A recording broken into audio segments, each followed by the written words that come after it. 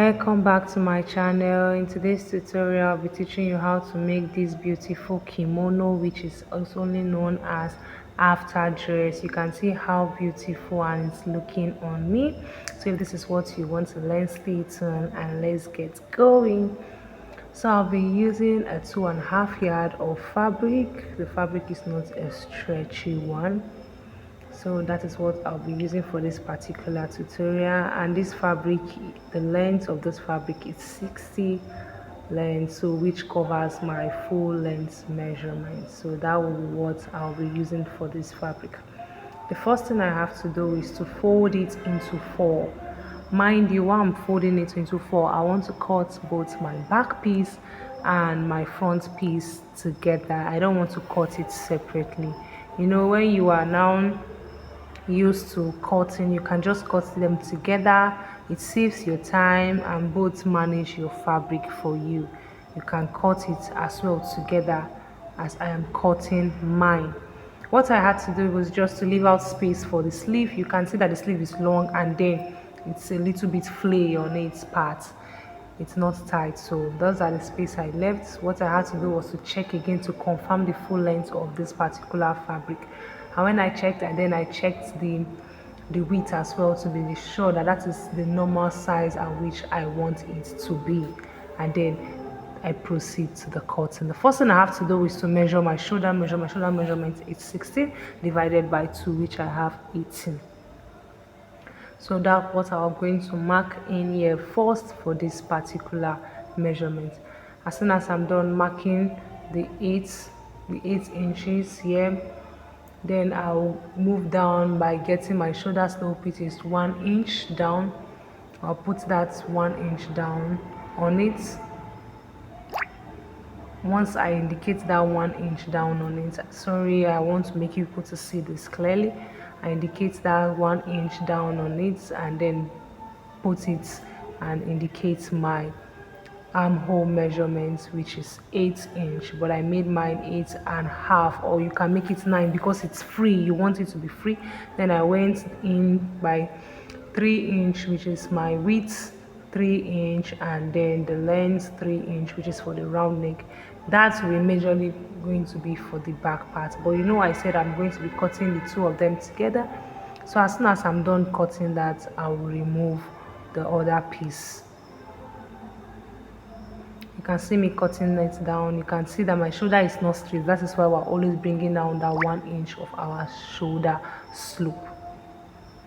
Then I'll cut out my shoulder parts out of it so that it can relax together. You can see I went further by cutting the down part of it. That is the length at which I want it to be. What you have to do to get your bodies, that's for this particular kimono, your after dresses, if you use the biggest pattern of your biggest measurements of your body, which is my hip, so that is the hip I'll be using for this. So if your hip is 40, you can as well add 3 inches. So when you're adding 3 inches to side. So at the front part you have 6 inch, at the back part you have 6 inch, total of 12, just for the free, how you want it to be free, depending on how you want it to be. So what I did now is to remove out the back pattern of it. You can see me, I've removed that away, and then after removing that away, I have to open out this front part. Then I discovered that, look at, you can see that it's not equal. I discovered that that particular piece side is not equal, so I'll have to reduce that sides together. But before that, I will run a straight line with my scissors to open the midpoint of the front piece. As you can see how it's displayed at the front part, you can see that it was open. That is actually an after dress. It can be worn for different occasions and you can still look beautiful and stand out. So as soon as I have divided that midpoint, what I have next to do is to remove out that excesses. You can see those excesses out of it. I have to remove it out with my scissors just to make everything look beautiful.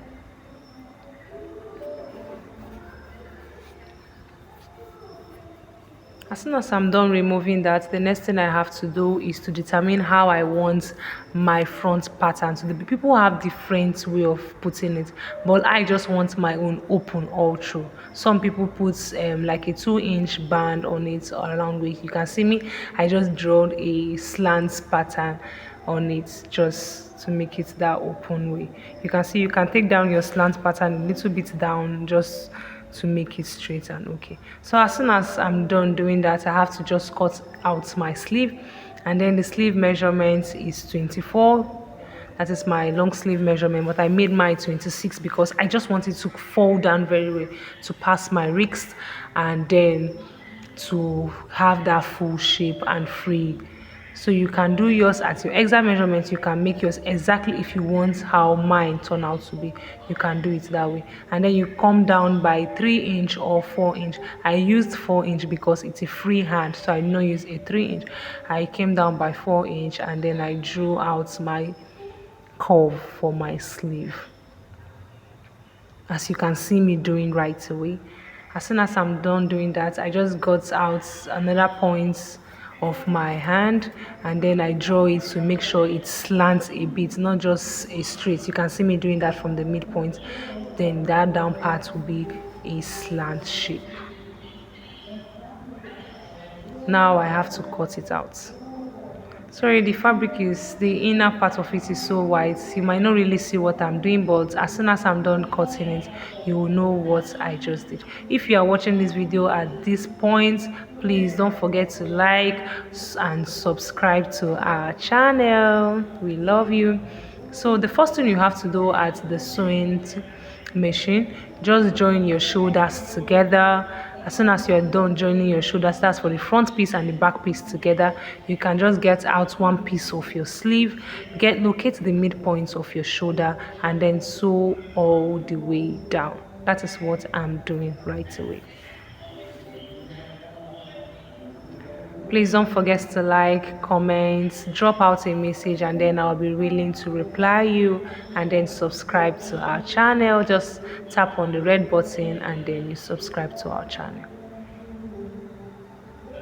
As soon as you are done sewing this part of the sleeve, you repeat the same process as well for the other parts of the sleeve. That's both the right part and then the left part of the sleeve.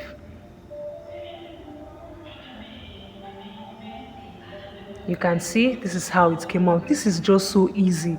Within 30 minutes you've cut and then sew a kimono dress. So you can just run out a straight line. You can see we are done with it. You just run out your straight lines with your sewing machine, and this is so beautiful.